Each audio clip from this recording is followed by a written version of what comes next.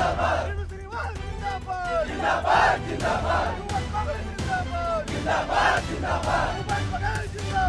अपना अधिकार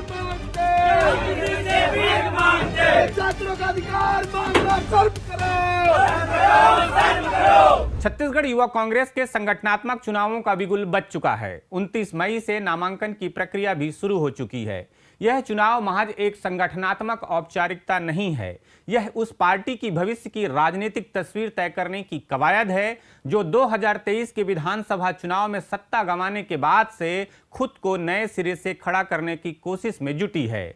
बघेल, सिंहदेव, महंत, बैज और देवेंद्र यादव, इन 5 बड़े धड़ों की छाया में यह युवा चुनाव जिस नेता को भी प्रदेश अध्यक्ष की कुर्सी सौंपेगा, वह असल में भविष्य की कांग्रेस की दिशा तय करने का पहला पत्थर साबित होगा।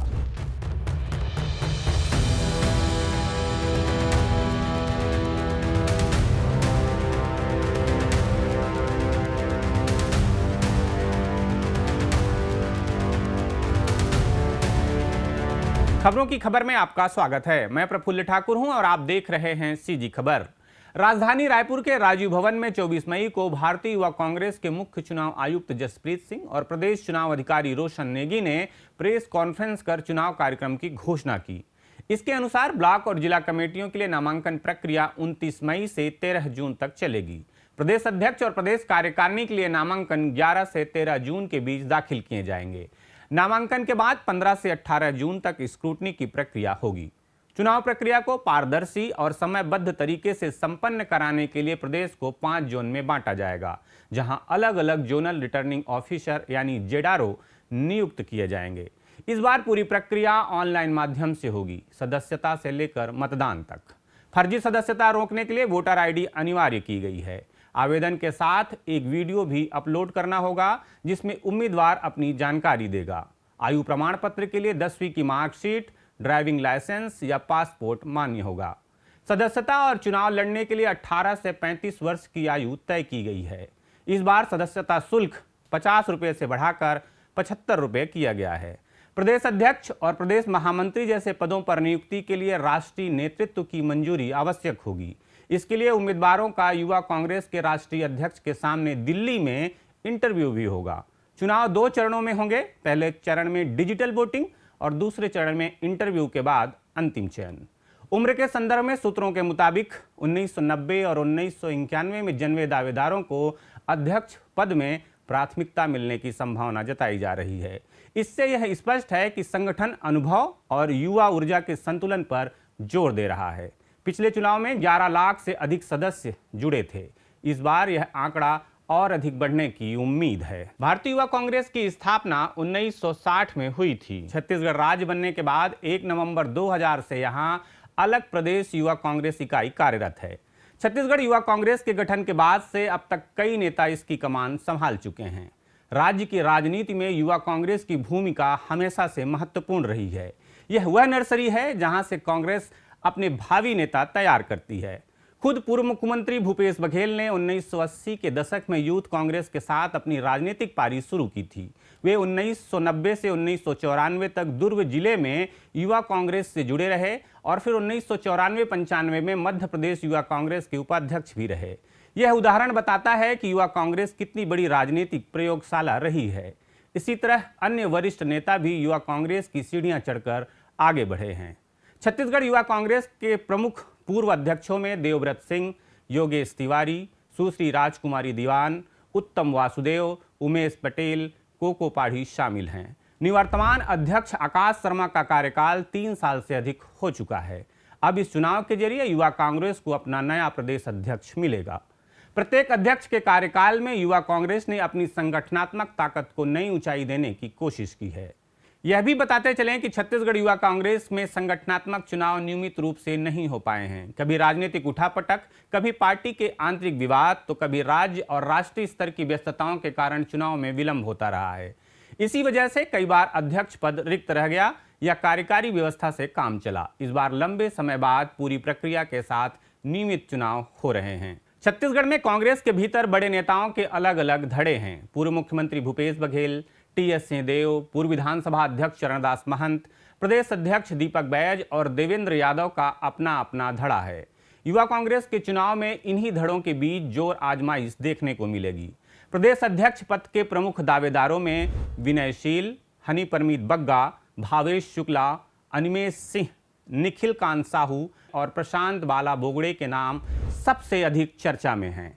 इनके अलावा आदिल खेरानी, आदित्य भगत, शैलेंद्र बंजारे, सत्येंद्र चेलक और संदीप बोरा भी इस दौड़ में बताए जा रहे हैं। इनमें से कौन किस खेमे का है, यह इस चुनाव की सबसे दिलचस्प पहेली है। भूपेश बघेल खेमे से जुड़े दावेदार चाहते हैं कि युवा कांग्रेस का नेतृत्व ऐसे युवाओं के हाथ में जाए जो बघेल की राजनीतिक विरासत और जनाधार को आगे ले जाए। दुर्ग रायपुर बेल्ट में बघेल का प्रभाव अधिक है, इसलिए इस क्षेत्र के दावेदारों को उनका समर्थन मिलने की संभावना है। बघेल ने खुद कहा है कि पद पर फैसला हाईकमान का है, लेकिन उनके समर्थक पर्दे के पीछे सक्रिय हैं। टी.एस. सिंहदेव खेमे की नजर सरगुजा संभाग समेत उत्तर छत्तीसगढ़ पर है।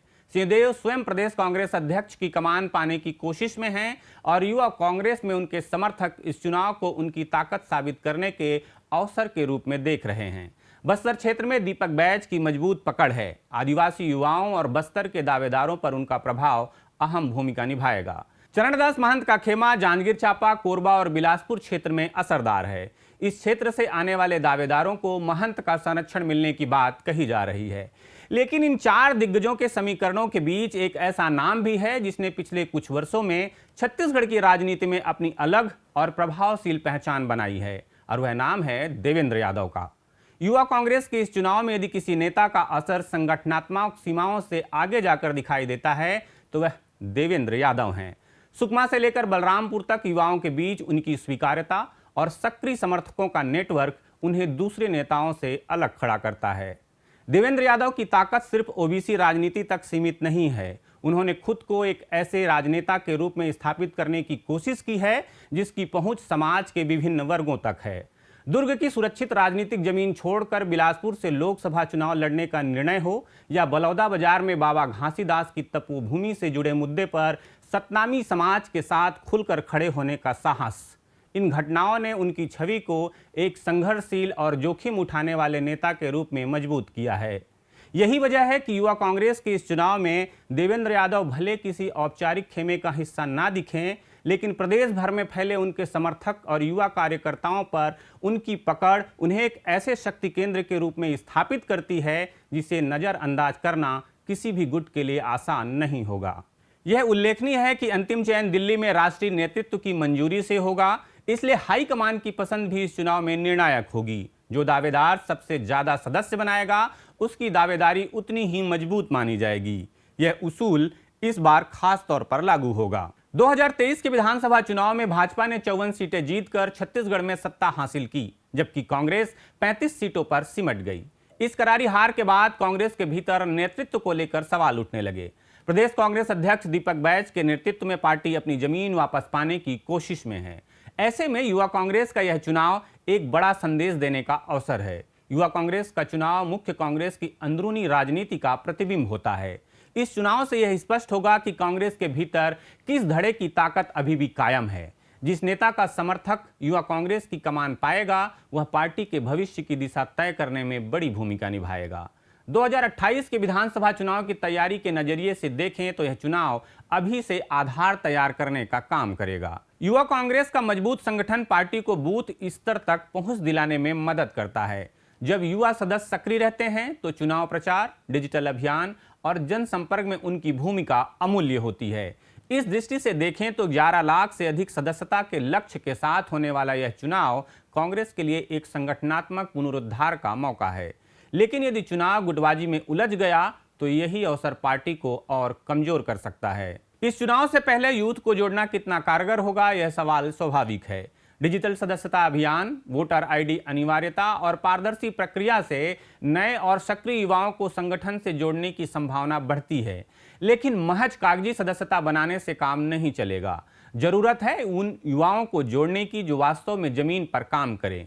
यदि इस बार का अध्यक्ष निर्वाचित होकर आता है न कि मनोनीत, तो उसकी वैधता और स्वीकार्यता अपने आप अधिक होगी। 2028 का विधानसभा चुनाव कांग्रेस के लिए अस्तित्व की लड़ाई जैसा होगा। ऐसे में अभी से युवाओं को जोड़ना और उनमें नेतृत्व विकसित करना पार्टी की सबसे बड़ी जरूरत है।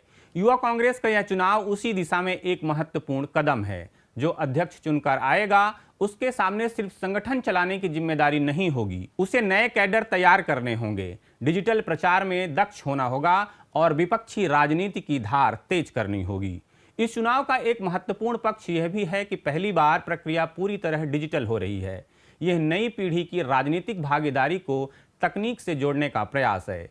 यदि यह प्रयोग सफल रहा तो यह कांग्रेस के लिए एक मॉडल बन सकता है। फर्जी सदस्यता रोकने के उपाय, वोटर आईडी की अनिवार्यता, वीडियो सत्यापन भी इस चुनाव को अधिक विश्वसनीय बनाते हैं। एक बड़ा सवाल यह भी कि क्या यह चुनाव कांग्रेस की अंदरूनी गुटबाजी को और गहरा कर देगा।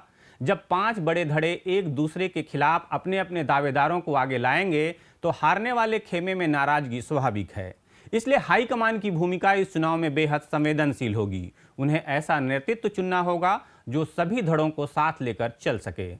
छत्तीसगढ़ की राजनीति में जाति और क्षेत्र का समीकरण भी अहम है। यूथ कांग्रेस का नया प्रदेश अध्यक्ष यदि ओबीसी, आदिवासी या दलित समुदाय से होगा तो वह 2028 के चुनाव में सामाजिक समावेशिता का एक मजबूत संदेश देगा। इसी के साथ क्षेत्रीय संतुलन भी देखना होगा। बस्तर, सरगुजा, रायपुर और बिलासपुर बेल्ट को एक साथ साधना आसान नहीं होगा। छत्तीसगढ़ युवा कांग्रेस का यह चुनाव एक ऐसे मोड़ पर हो रहा है जब पार्टी सत्ता से बाहर है, संगठन पुनर्निर्माण की प्रक्रिया में है और 2028 की तैयारी अभी से करनी है। यह चुनाव सफल होगा या नहीं, यह इस बात पर निर्भर करेगा कि क्या पार्टी गुटबाजी से ऊपर उठकर एक ऐसा युवा नेतृत्व दे पाती है जो जमीन से जुड़ा हो, तकनीक का इस्तेमाल जानता हो और कांग्रेस की विचारधारा को आम युवाओं तक ले जाने में सक्षम हो। भाजपाओं की सत्ता समर्थित ताकत के सामने यूथ कांग्रेस तभी टिक सकती है जब उसके पास संख्या के साथ साथ दिशा भी हो। यह युवा चुनाव महज एक संगठन की बात नहीं, यह छत्तीसगढ़ कांग्रेस के कल की नींव रखने की बात है। खबरों की खबर में फिर किसी खबर पर होगी बात। नमस्कार।